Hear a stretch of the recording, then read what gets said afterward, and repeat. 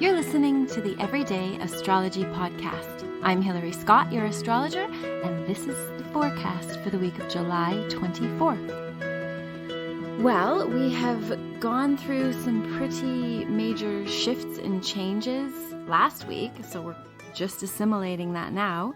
The sun moved into Leo, so that's a big shift from a Cancer sun. You'll start to feel a little more sunny, I guess, being ruled by the sun. Also seeking good times and fun and enjoyable experiences that are joyful, rather than Cancer can be a lot more heavy and emotional and family oriented and sort of drippy and attached. Leo is much more fun and let's get out there and have a good time and express ourselves. So we're all under the influence of that. We've also last week, on the weekend, the 22nd and the 23rd, Chiron went retrograde and so did Venus go retrograde. And that will definitely give us, well, sometimes if Venus is retrograde, there's so many things obviously that can affect, but it can have an effect on our sense of relationships, what we value. It's a really good time to go over what you value, really think about what you want to create and what's important in your life, what you love, what you want to love, how you want to be loved. That's all very important stuff with Leo. Also, or with Venus, also just the expression of enjoyment, again, Venus, and beauty, wanting to create beauty around you or seeking beauty, looking at flowers and the sky and touching animals and connecting with beautiful things or whatever that means to you. It's what you value.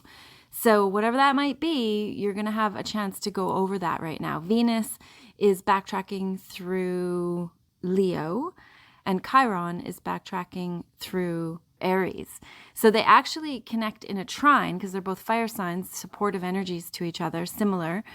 It gives us a sense of being fired up, energetic, brave, capable. The Aries energy is very much go out there and get her done and just kind of move forward without too much thought involved.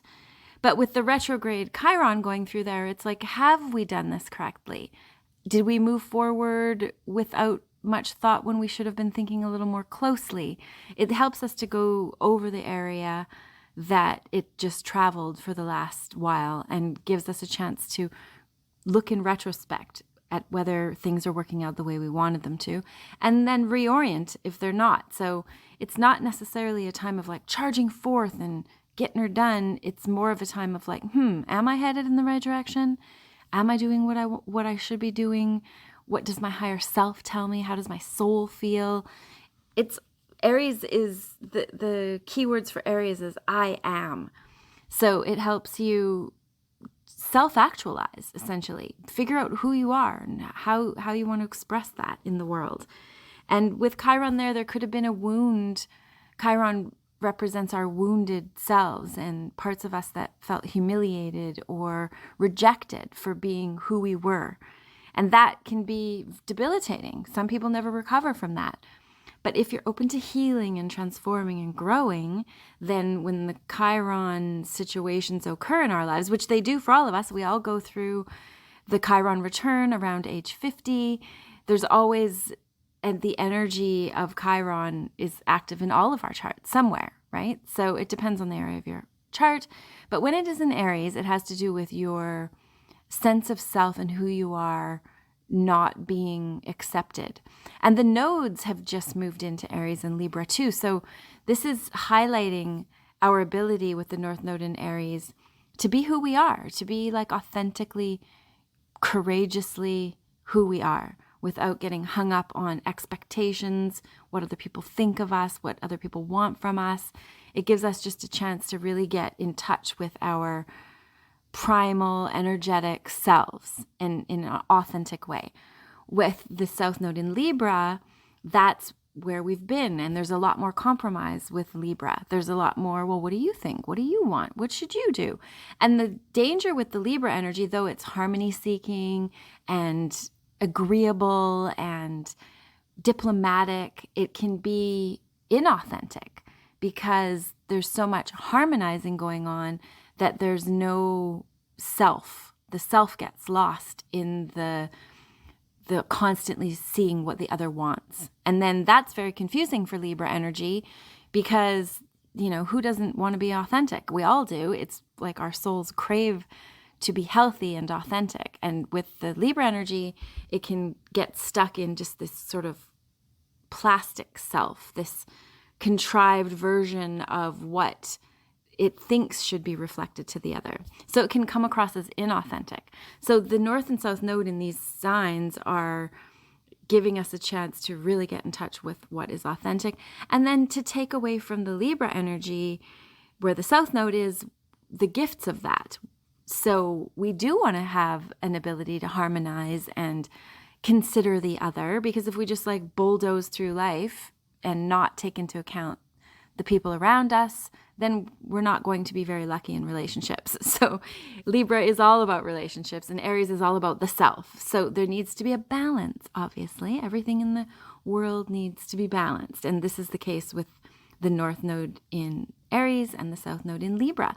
And this is a big change. It's gone from Taurus, Scorpio, and for the next 18 months we'll be in Libra, Aries. So very different energy, very different. You'll notice it, depending on where it hits you in the chart as well. And in Aries as well, with this North Node, is the Chiron retrograde. So it does give us an opportunity to get in touch with ourselves and create something authentic from our true selves and our unabashed, brave selves, not the self that's worried about what people think. So it's liberating. We also have this week Mercury moving into Virgo, very different than being in Leo. Our minds will become very carefully attuned. We'll be able to, Mercury is how we think and how we process, how we communicate. It also rules our electronics, what we use for communication, and writing, speaking, anything to do with the ability to reach out to the world in a communication fashion. Also, what's communicated back to us. So moving from Leo, which is thinking about fun and having fun and other things, creatively self-expressing, into Virgo, we're going to be able to really get this fine-tuned. Virgo is a great editing energy, so we can go and see what's not working, figure out what we need to perfect, what we need to let go of, what we need to bring into our lives, make lists of all the things we need to do, make the kind of master plan, so that when you are confused or you're off track, you can always go back to this master plan. And if you create it when the energy is in Virgo, then you're going to know that it's really carefully mastered, carefully clarified. So that's happening on Thursday, or no, it's actually happening on Friday, the 28th. Coming up to that, though, we have a pretty good week. There's a square between the sun and moon on Tuesday, which can kind of give a sense of going in different directions. Our identity and our feelings, two different things are going on. They're not necessarily harmonizing. So be aware of that. It could be kind of a glitch in how you're feeling. You might have been feeling good and then suddenly there's a bit of a snafu. The moon goes into Scorpio that day as well. So with Scorpio energy, it's always intense. There's this like sort of faded, intense. Scorpios are always accused of being too intense. They always want to talk about the deep stuff and dive under the surface and figure out what's going on in there and where the bodies are buried and dig up the secrets. So it changes the energy significantly. So with the Scorpio energy, you want to allow yourself to go deep. It's satisfying. Connect on a deep level with your partner or your friends, or talk about the past, talk about what might be bothering you, get into releasing the feelings. That's what Scorpio can help you do, is dig them up and let them go, because anything kind of clogged up in the system is not good for your health. It causes disease and dysfunction. So just let things flow. The more we can let our feelings flow and our real awareness of what's going on, the better off we are. On coming into Thursday, we've got Mercury and Venus conjunct, which means they're sharing space in the sky. And that is a very good time to communicate something beautiful, communicate your feelings, maybe write something beautiful, write a poem, write a song, just write an essay, whatever you can do to communicate. Use your words and your values and put them together, and you might be able to create this sort of beautiful thing out of your own self, which is what something like Venus was, what we value, conjunct with what we communicate. So there is a coherence of what we're trying to do in the world with this energy coming together. The same day, we've got the moon trining Neptune. So there's a lovely little dash of magic and sort of synchronicity, and the soup of life stirs together and sparkles come out, and we can see that this is a magical world we're living in. It's just not mundane, boring reality. There's like, here's the sparkle, here's the magic. That happens as well that day. And Uranus, which also comes in and gives us like a lightning bolt flash of a new idea. We can get information in one big download when Uranus is active, instead of just understanding things in sort of a linear way. We get the whole concept. So open your mind to that. Who knows what's coming in for that day? On the Friday is when Mercury moves to Virgo. So that is a good day to make your lists, figure out what you want to plan. Also, even just anything to do with like cleaning and getting rid of junk, clarifying your world in whatever way you can. Deep cleaning, like clean your windows, get the Q-tips out and clean between the cracks in your keyboard. Do the kind of detail cleaning that makes you just feel so good because it's so clean. Virgo loves cleaning. It's therapy. Also, eating really well. Being careful with your diet, making sure that you stabilize your blood sugar levels so that you're not like going up and down and spiking and exhausting yourself, essentially. If your mood is all over the place, if you can keep your blood sugar nice and stable, make sure the carbs are really low, and you're getting lots of protein and fats that help build your brain. Things that are healthy for you that help stabilize blood sugar will make you feel so much better, help your sleep be deeper. Just stay away from the sugar. Sugar is an addictive drug. It is not good for us. It literally lights up the same parts of the brain that cocaine and methamphetamines do. So be careful with sugar. It's just sort of shocking how, like Halloween, what a nightmare. We send our little babies out into the world and then just pack them with sugar. Like, it's like giving them the cocaine. Go out and pick up your cocaine, kids.